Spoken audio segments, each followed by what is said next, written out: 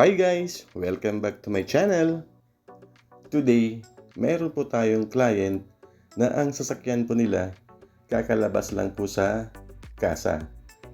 Ang sasakyan po nila, ito pong 2026 Ford Everest Titanium na 4x4.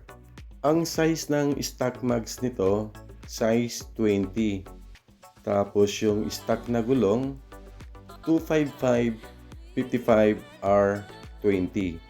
Ngayon, ang gusto po ni client na ilagay na size ng mags, size 20. Same po dun sa stock. Pero ang gusto niyang gulong, yung medyo mas malaki kaysa dun sa stock. So, ang size na ilalagay po natin, 275/55R20. So, tara! Samahan niyo po ulit ako.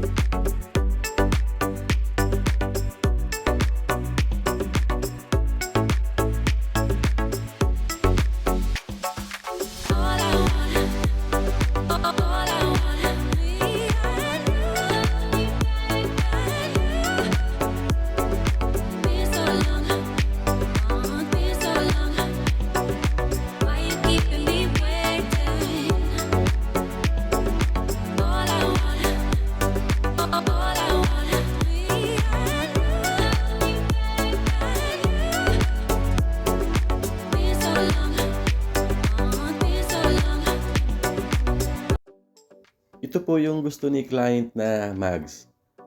Ito pong Black Mamba slash na size 20 na matte black. Ito po yung napanood ni client sa video ko na Montero na kinabitan po natin ng Black Mamba slash na size 20 tapos Monster Terrain Griefer na 275/55R20. Dahil wala po tayong available ngayon na Black Mamba slash na 20-inch na para sa Ford Everest, sinuggest ko po itong Fuel Off-Road Wheels na Bay 4. So nagustuhan naman ni client kasi same sila ng design ng Black Mamba slash.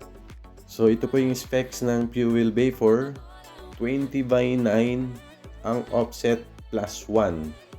Ang finish po nito matte black. So, mayroong isang kulay po yan, yung matte black double dark tint. Yung parang nagbo-bronze po siya. So, ang price po nito, nasa 88,000 po yung apat.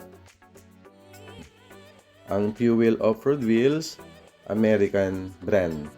Yung Black Mamba wheels kanina, Asian brand naman po yon.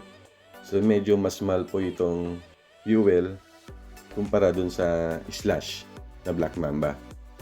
So, ito po yung ilalagay nating gulong, Monster Terrain Griefer. Ang size po niya, 275/55R20.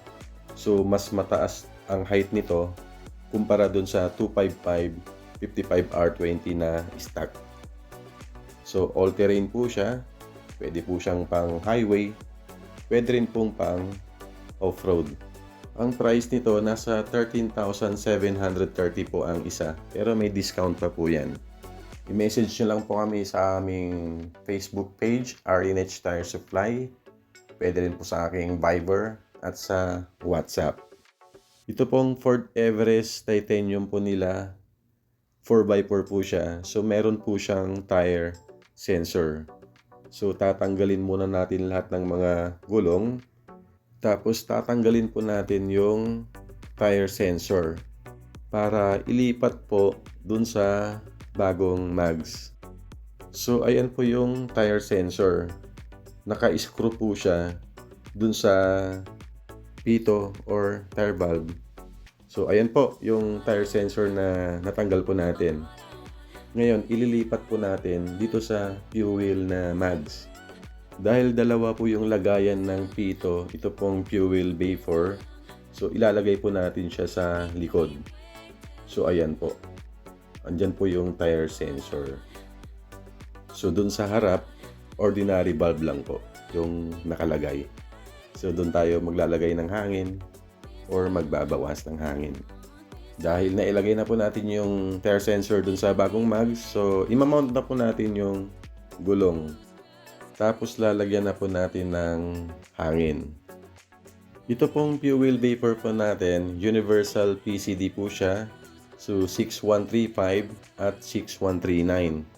So yung 135 nito, pwede po siya sa mga Ford Expedition, pwede sa mga F-150.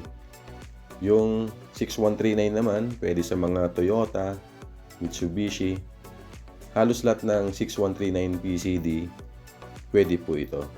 So bago po natin ikabit yung mga gulong, so dito po sa fender liner, dito sa may bandang bumper, dahil naglagay po tayo ng offset na medyo mababa, so sasayad po dyan pag nag 275/55 R20 po tayo. Dito naman sa bandang mudguard, wala na po tayong gagalawin po dyan. So bago natin ikabit yung mga gulong dito sa harapan, so ina-adjust na po namin agad kasi sanay naman na tayo sa mga adjustment sa mga Ford Everest. So kabisado na po natin kung saan sumasayad yung mga gulong. So ito po, ina-adjust na po natin. Ito pong fender liner dito sa may bandang harapan po. So mabilis lang naman po yan. So ayan po, tapos na po natin i-adjust yung fender liner dito sa may bandang harapan. So ngayon, ikakabit na po natin yung mga gulong.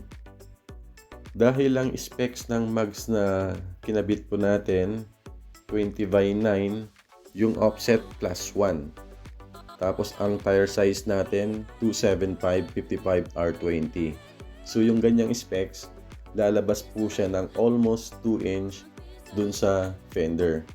Dahil medyo malaki yung labas ng gulong, so sumasayad po siya ng konti dun sa may bandang bumper, dun sa fender liner po. Pero pag gagamitin naman natin yung stock mags nito na size 20, yung offset niyan +55. So pasok po siya sa fender. Ngayon, kung lalagyan mo siya ng 275/55 R20, hindi po siya sasayad. Pero hindi rin po lalabas dun sa fender. Kahit nilagyan po natin ng 275/55 R20 yung stock mags. Kasi ang offset niyan +55. Pasok sa fender. So ang tatandaan natin, pag lumalabas po yung gulong, mas malaki yung chance na sumayad po yung gulong. Actually po kahit 285/55 R20 po yung ilagay po natin sa stock mags, hindi po siya lalabas at hindi rin po sasayad yung gulong. So ito na po yung 2026 Ford Everest Titanium 4x4 na nilagyan po natin ng fuel vapor na size 20, tapos Monster Terrain Gripper na 275/55 R20. So ayan po, bagay na bagay yung mags na nilagay po natin dito sa Ford Everest po nila. Actually po, yan po yung gusto ni client, maging macho at lumabas po yung gulong dun po sa fender. So ayan po, macho po siya. Yung ganitong specs ng mags and tires, pwede rin po siya sa mga Ford Ranger Wildtrak. Kahit sa base model na Ranger, pwede rin po siya. Pero hindi ito pwede sa mga Toyota, kagaya ng Fortuner at mga Hilux. So kailangan ng at least 2-inch lift suspension. Kung mayroon kayong mga katanungan, mga inquiries, pwede nyong i-comment po dito sa baba or i-message po kami sa aming Facebook page, RNH Tire Supply. Pwede rin po sa aking Viber at sa WhatsApp. So hanggang dito na lang po ang video na to. Kung nagustuhan mo ang video na to, please like and subscribe. See you on my next vlog. Bye!